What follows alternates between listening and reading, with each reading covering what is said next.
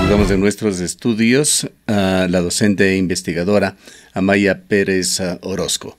Participa en la ciudad de Cuenca en un evento organizado por la Facultad de Derecho dentro de la carrera de género.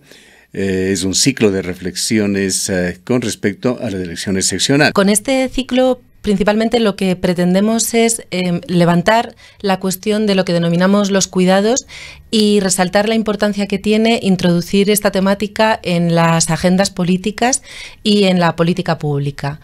Cuando hablamos de cuidados nos referimos a una cantidad enorme de trabajos que suelen permanecer invisibles y ocultos porque no se suelen pagar, no mueven dinero, que están principalmente en manos de las mujeres, que se realizan por redes de mujeres, sobre todo desde los hogares, y que decimos son imprescindibles para mantener la vida día a día, porque lo que hacen es, decimos, reconstruir nuestro bienestar cotidianamente. El hecho de que usted y yo estemos acá y que ustedes nos estén escuchando no es casualidad, hay todo un trabajo detrás que permite que estemos acá saneadas, alimentadas, vestidas y dispuestas a hacer toda otra serie de cosas, a trabajar en el mercado laboral, a estudiar, a hacer políticas públicas. Entonces lo que queremos es reconocer la importancia de este trabajo como la base de todo el sistema social y económico que tenemos. Es decir, que lo que se trata en el encuentro trasciende el tema exclusivamente electoral.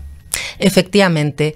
Es fundamental trabajarlo ahora para ver cómo queremos abordarlo en las políticas públicas. Creemos que es un momento crítico, previo a las elecciones, para que los candidatos y las candidatas nos propongan, nos planteen qué van a hacer con respecto a todos estos trabajos, que el problema que tienen es que son minusvalorados, no suelen ser reconocidos y no están bien distribuidos, porque son las mujeres quienes están injustamente sobrecargadas y esto además tiene graves consecuencias en su posibilidad de participación en otros espacios de la vida, de la política, del empleo, de la educación.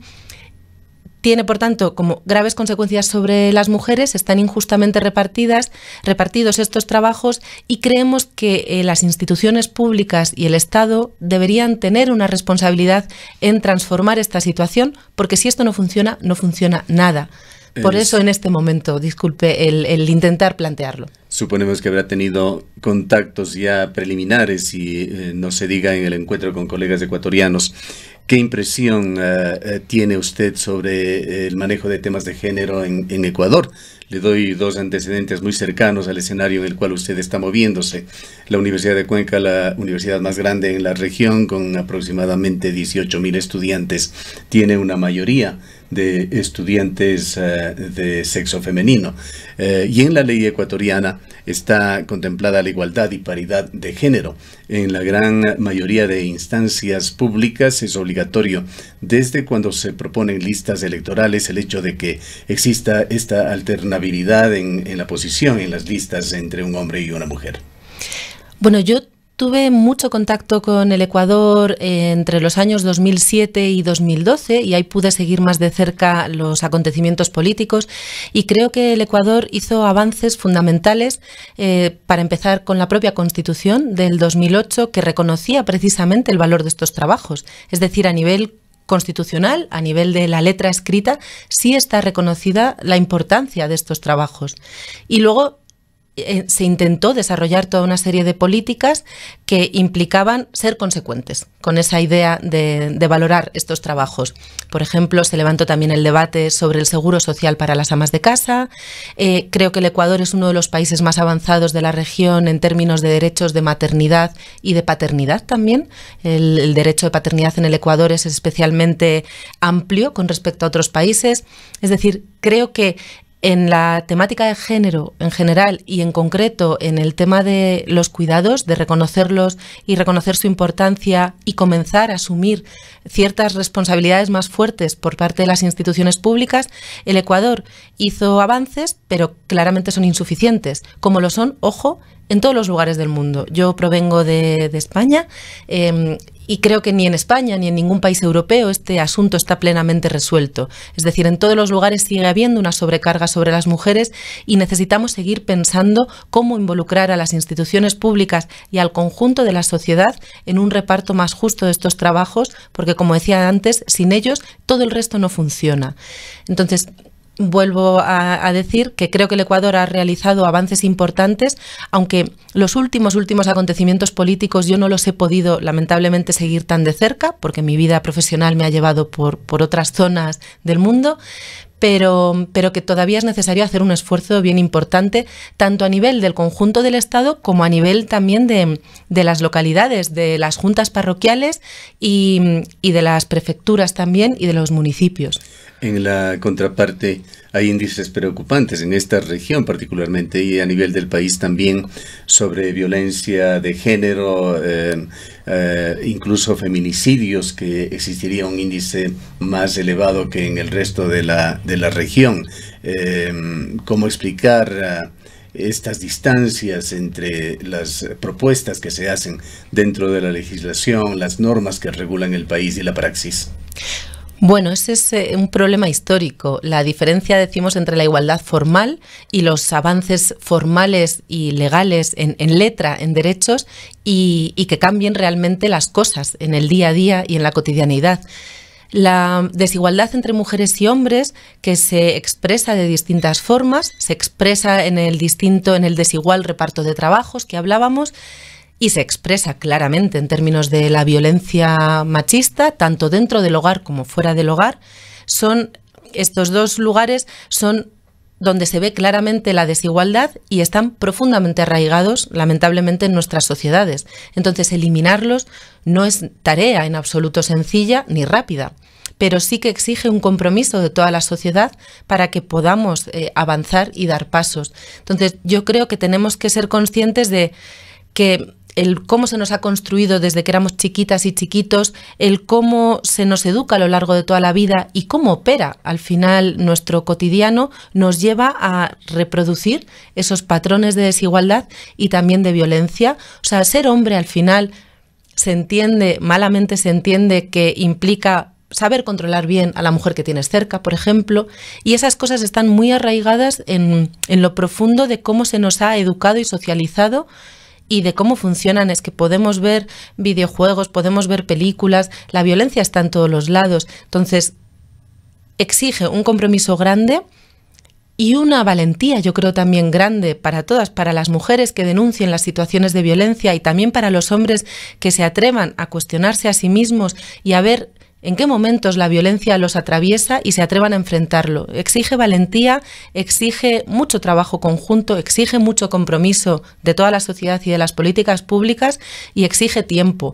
Pero es imprescindible que nos pongamos en el camino de superar estas lacras sociales.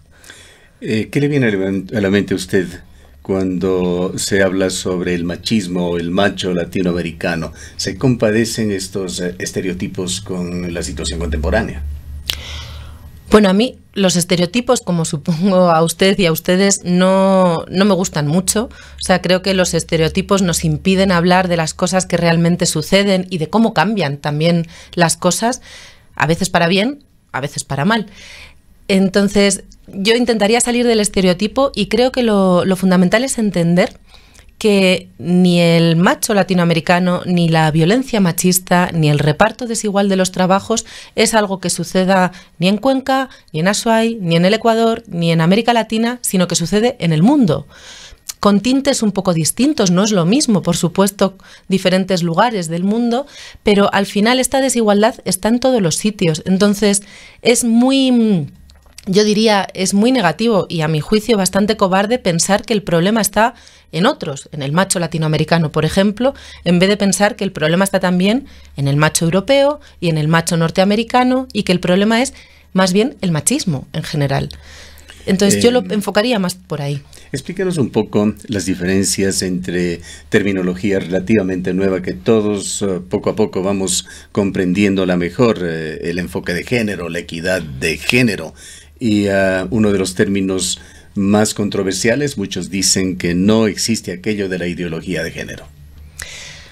Yo la ideología de género creo, en primer lugar, que es un término que se utiliza para cuestionar, para criticar, de una manera, a mi juicio, muy poco argumentada, los intentos de lucha por la equidad entre mujeres y hombres. Entonces, cuando hablamos de enfoque de género, lo que hablamos es de reconocer que mujeres y hombres se nos ha construido, se nos ha educado de manera desigual y tenemos posiciones de desigualdad en este mundo. Hemos hablado de trabajos, hemos hablado de violencia, podríamos hablar también de acceso a los recursos que necesitamos para vivir, podríamos hablar también de derechos sobre nuestro propio cuerpo, de una serie de cosas. Entonces, el enfoque de género lo que intenta es, en primer lugar, ver a las mujeres, porque las mujeres hemos pasado ocultas durante largo tiempo. Si usted lee los libros de historia, las mujeres prácticamente no aparecen. ¿Qué sucede? ¿Que no estaban allá? Claro que estaban, ¿por qué no las hemos visto? Entonces, en primer lugar es ver a las mujeres y, en segundo lugar, preguntarse por esa posición desigual e injusta entre mujeres y hombres e intentar transformarla, por el bien de las mujeres y por el bien del conjunto social. Por ejemplo, como decía antes, si los cuidados, si los trabajos a día de hoy ocultos en manos de mujeres no funcionan bien, nada funciona bien. Entonces, eso no podemos dejarlo como responsabilidad exclusiva de las mujeres, tiene que ser un problema de toda la sociedad. Entonces, visibilizar esa desigualdad, por ejemplo, en el reparto de trabajos y construirla como un problema colectivo que queremos abordar toda la ciudadanía, todas las personas. Eso es lo que plantea, a mi juicio, el enfoque de género. El, digamos, cuestionarnos como conjunto social lo imprescindible que es la equidad entre mujeres y hombres, es decir, el que tengamos capacidad de decisión sobre nuestras vidas, capacidad de acceso a recursos, capacidad de acceso a trabajos valorados por igual. Y mientras que la idea de ideología del género lo que hace es criticar todo esto como si fuera una especie de mal social que viene a destruir la familia, que viene a destruir las bases mismas de lo que somos como conjunto social, ¿no? Y a mi juicio, yo cuando he escuchado hablar de la ideología del género, se ha escuchado muy poco al enfoque de género, o se ha escuchado muy poco, sobre todo, a lo que las mujeres están o estamos a nivel más global planteando en términos de cómo queremos que cambien nuestras condiciones de vida y cómo queremos que cambien las condiciones de vida del conjunto social, porque nuestra apuesta es por una vida digna para todas las personas, para mujeres, para hombres, para niñas, para niños, para personas adultas mayores, para personas de todos los colores y para personas de todos los lugares del mundo. ¿Y cómo conceptúa el ser feminista? El ser feminista para mí sería el compromiso vital y profesional con este planteamiento, con un planteamiento de intentar construir un mundo donde quepamos todas las personas, donde todas las personas podamos vivir una vida que merezca la pena ser vivida. En el contexto de un coloquio, de las charlas, de las conferencias que usted está dictando dentro de este posgrado, es importante conocer a quienes se está dirigiendo. ¿Quiénes son sus receptores? ¿Cómo las concibe o los concibe usted en el marco de este posgrado de Género y Desarrollo? Bueno, en primer lugar, quienes son, en primer lugar, receptores y receptoras son las y los estudiantes de la carrera de Género y Desarrollo. Ayer tuvimos un conversatorio que fue bien interesante porque son personas implicadas, muy capaces y que, bueno, pues depende del ciclo en el que están, tienen distinto nivel de conocimientos, pero tienen todos ellos y todas ellas conocimientos fuertes. Entonces, estas son las primeras receptoras, porque además creemos que en la gente joven hay una fuerza enorme para poder mejorar la sociedad que tenemos. En segundo lugar, el conjunto de la población de la Universidad de Cuenca, pero en términos más amplios, cualquier persona de la ciudad de Cuenca podría ser receptora y está invitadísima esta misma tarde y mañana a acudir de 6 a 8. La conferencia es abierta al público. La conferencia es abierta. Y luego, por supuesto, a quienes se planteen ir al proceso electoral, a quienes vayan a ser candidatas y candidatos y entonces estén pensando en cuál es su propuesta de ciudad. Hay un mensaje particularmente dirigido, es un grupo focal Efectivamente, porque queremos hablar de políticas públicas también. Entonces queremos que nos cuenten, que piensen con nosotras y con nosotros qué hacer con todas estas dimensiones y cómo incluirlo en su propuesta política con la cual van a ir a las elecciones para luego, ojalá, no dejarlo solo en papel, como decíamos antes, sino hacerlo realidad. Saliéndonos un poco del tema, ¿cuáles son sus impresiones sobre esta ciudad, Cuenca? Yo en Cuenca solo había podido estar hace ya casi 10 años una noche, me gustó mucho y ahora por suerte he podido disfrutar un poquito más de tiempo y todavía me quedan un par de días y me parece una ciudad preciosa y una ciudad que, aunque tenga cosas que transformar, cuida bastante, creo, a su población y a la ciudadanía. El propio hecho de cómo están construidas las calles, de cómo están incluso limpias, por ejemplo, las calles, eso también implica una actitud de cuidado hacia las personas que habitan la ciudad. Entonces, por lo poco que he podido conocer, además de que tienen un clima privilegiado, y estos días han sido muy buenos, que tienen un entorno natural privilegiado que hay que cuidar, que no hay que destruir, Cajas, que pude conocer el otro día, es preciosísimo, pero la propia ciudad en sí creo que es muy bonita y que está en gran medida cuidada y yo espero que se profundice esa voluntad de cuidado del espacio colectivo. Bien, queremos agradecerle por su presencia y desearle éxito en la misión que ha venido a cumplir en esta ciudad. Pues muchísimas gracias y un gusto haber podido estar con ustedes. Gracias a Amaya Pérez Orozco, economista, feminista en Economía Internacional y Desarrollo por la Universidad Complutense de Madrid, quien visita la ciudad de Cuenca para participar en el marco del posgrado de Género y Desarrollo en conferencias que se dictan. Quizá falta un detalle en dónde y a qué hora, pues va a haber mucha gente interesada en asistir. En la Facultad de Jurisprudencia, en el Salón de Actos, de 6 a 8 de la noche. Allá les esperamos a todas y a todos ustedes que quieran compartir y que quieran pensar juntas cómo construir una ciudad que ponga el cuidado de la vida en el centro de su atención. Gracias. Gracias nuevamente.